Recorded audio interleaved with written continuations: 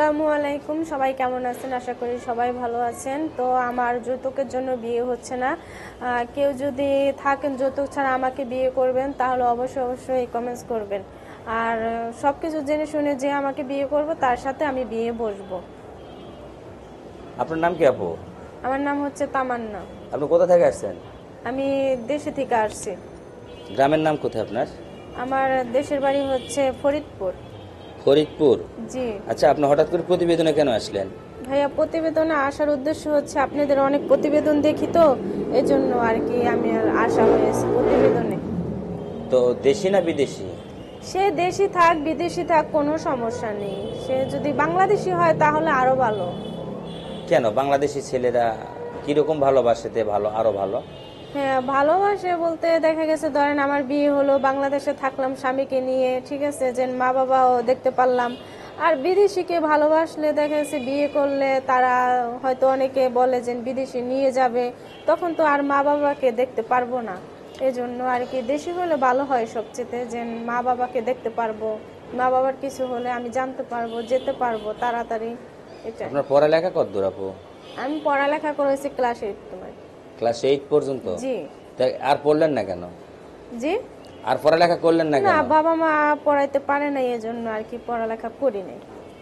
না, পড়ালেখা করানো পারতো, কিন্তু আপনি করবেন না কারণ আপনার বয়স বেশি হয়ে যাচ্ছে, এই জন্য হয়তো মনের মানুষ না, দরকার। বয়স বেশি হওয়ার বলতেও দেখা গেছে বাবা মার ওরকম কোনো অর্থ সম্পত্তি নেই, আর পড়ানোর মতো আমার বাবার কোনো রকমই নেই, এজন্য আমার বাবা আমাকে পড়ালেখা করায়নি। আবার তাছাড়া যতটুকু পড়ালেখা পারছে করে ততটুকুই পড়াইছে। পড়ালেখা করে হয়তো চাকরি বাকরির একটা ঝামেলা, খোঁজ খবর নেওয়াটা, হ্যাঁ টাকা ছাড়া চাকরি হয় না, তাই না? জি জি, বলেন ইচ্ছা ছিল, মানে ইচ্ছা ছিল পড়ালেখা করার জন্য, কিন্তু পড়াতে হ্যাঁ, পারিনি। তো কেন পড়লেন না তাহলে?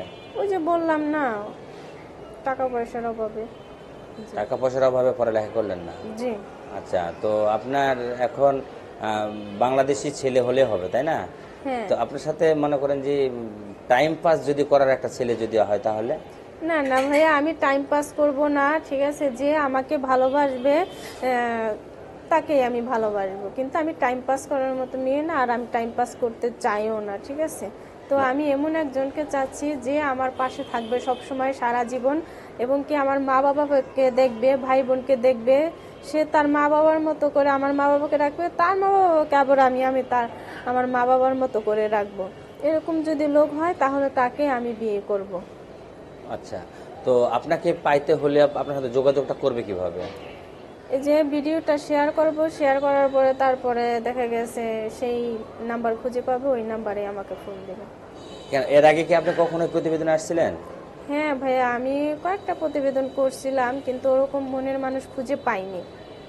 কেন পেলেন না আপনি? হয়তো কেন নাম্বারটা পেলাম ভুল না? ছিল নাকি? সেটাই তো মানে কথা, যে কেন পেলাম না, হয়তো মনে হয় কারো আমার পছন্দ হয় না, এজন্য আমি পাই না।